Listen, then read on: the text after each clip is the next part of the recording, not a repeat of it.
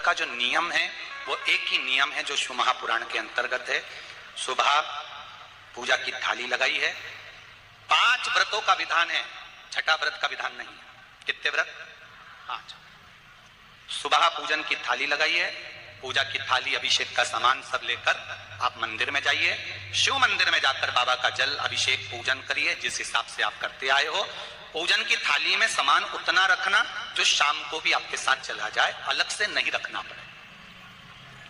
अलग से केवल शाम को दिए रखो, जल रख लो थोड़ा सा, और बाकी का जो मिष्ठान आप तैयार करोगे बस वो, बाकी का चंदन नबीर गुलाल ये सब सुबह की थाली का रखिए, थोड़ा फल जो भी रख लो। सुबह पूजन करो, बाबा का निवेदन करो, घर आ जाओ, थाली को ढक कर रख दीजिए। शाम को जब जाओ कोई प्रसाद उतना ही बनाओ जितना भगवान के लिए बना रही हो। ये नहीं कि खीर ज्यादा बना ली तो आधी हम यहाँ ले जाएं और आधी घर के लिए छोड़ दें, नहीं, उतना ही बनाओ जितना भगवान के लिए जाएगा, जिसमें से 3 हिस्से हों। एक पात्र में भरकर ले जाओ, दोने ले जाओ, कटोरी ले जाओ, प्लेट ले जाओ, जो तुम्हारी मर्जी पड़े, कागज ले जाओ, जो तुम्हारा मन पड़े वो ले जाओ। 6 दिए लेकर जाओ, बाबा के मंदिर में जाकर पूजन अर्चना करो। शाम को अभिषेक नहीं करना है, केवल छींटा देना है। थोड़ा सा जल जो बचा हुआ है उसमें से थोड़ा थोड़ा छींटा देकर, जल का थोड़ा सा छींटा देकर पूजन आदि कर कर, जैसी पूजन सुबह करी वैसे ही भाव से पूजन करो। 5 दिए थाली में से नीचे रख दो, छठवा दिया भी नीचे उतार दो थाली में से। 5 दिए लगाना जब प्रसाद के 3 हिस्से पूरे कर दो, प्रसाद के 3 हिस्से रख दो नीचे, फिर दिए लगा दो 5। एक दिया उठाकर जिसको जलाया नहीं है वापिस अपनी थाली में रख दो। 5 दिए प्रज्वलित कर कर बाबा को निवेदन कर दो, बाबा आज मेरा पहला पशुपति व्रत है, इसको स्वीकार करना। दिल से बाबा इस कार्य के लिए मैंने करा है, इसको स्वीकार कर लेना। बहुत सुना बाबा पशुपति व्रत में कर रही हूं, मैं भी पूर्व में ना जाने कितनी योनियां ली होंगी, कौन सा मैंने बेकार कर्म करा होगा जो आज मुझे दुख भोगना पड़ रहा है। इस दुख को आप मिटा सकते हो क्योंकि आपका नाम पशुपति नाथ है। आप इसको बताइए, विनय करो, बाबा से विनती करो। एक दिया, एक प्रसाद का हिस्सा थाली में लेकर आ जाओ, बाबा को निवेदन कर कर, बाकी का वहां छोड़कर एक दिया, एक प्रसाद का हिस्सा लेकर आ जाए। एक दिया, एक प्रसाद का हिस्सा लाए, घर के अंदर प्रवेश करते समय सीधे हाथ की ओर बैठकर, अपने घर की ओर मुख कर कर सीधे हाथ की ओर उस दिए को घर के बाहर प्रज्वलित कर दो। भगवान से विनती करो, भोलेनाथ आप मेरे घर में प्रवेश कर कर मेरा कार्य सिद्ध करें। बाबा को निवेदन कर कर अंदर जाइए। भोजन करने से पहले जो मीठा है, एक हिस्सा प्रसाद का है, उसको खा लीजिए।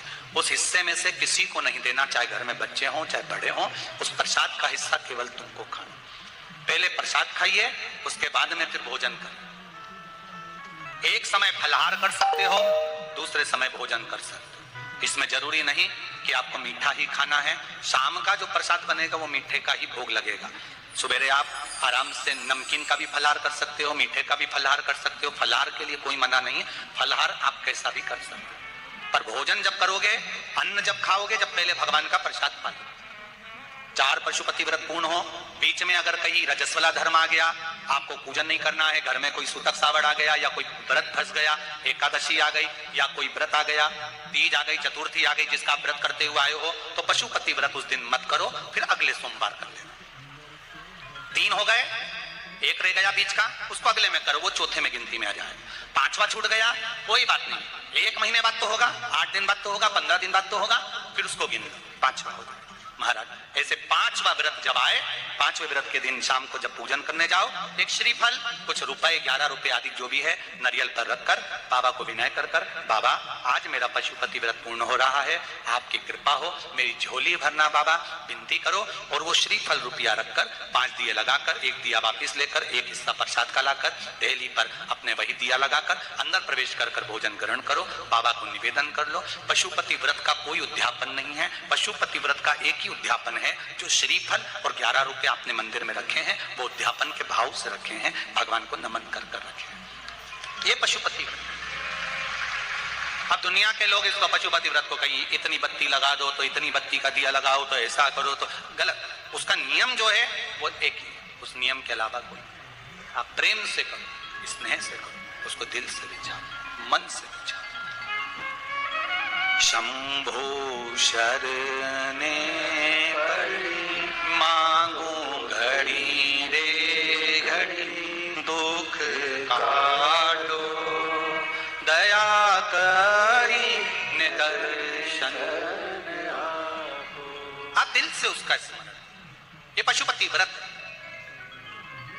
एक व्रत करने के बाद अगला जब व्रत करो तो थोड़ा रुक कर करना, एक साथ लगे लगाए व्रत ना करिएगा, थोड़ा रुक कर करिए, इंतजार करो 3 महीने का कि बाबा मेरी ऊपर कृपा जरूर करेगा। दिल से करा है तो वो दिल से देगा, झोली भर कर देगा, ये निश्चित है, उसका व्रत फल देता है। करना जरूरी नहीं है कि व्रत माताएं करेंगी, पुरुष कर सकता है, बच्चे कर सकते हैं, बूढ़े कर सकते हैं, बड़े कर सकते हैं, बेटा बेटी कर सकते हैं, नवयुवक बच्चे कर सकते हैं, पर दिल से करो उस पशुपति व्रत। कोई आपका दूसरा व्रत फंस गया है तो पशुपति व्रत को छोड़ दो। उस दिन आपका जो व्रत है, एकादशी हो, चतुर्थी हो, तीज हो, छठ हो, उसको कर लो। नवरात्रे फंस गए, नवरात्रे कर लो, उसके बाद कर लेना पशुपति। जितने व्रत रह जाए उस व्रत को बाद। महाराज शिव कृपा, व्रत एक ही मंदिर में करना। जिस मंदिर में पहला व्रत करा है उसी मंदिर में 5 व्रत करना। ये नहीं कि हम मायके में 2 व्रत करके आ गए और तीसरा व्रत हमने ससुराल में कर लिया। नहीं, 2 व्रत करके मायके से आ गई हो तो 3 व्रत भी मायके जाके ही करना।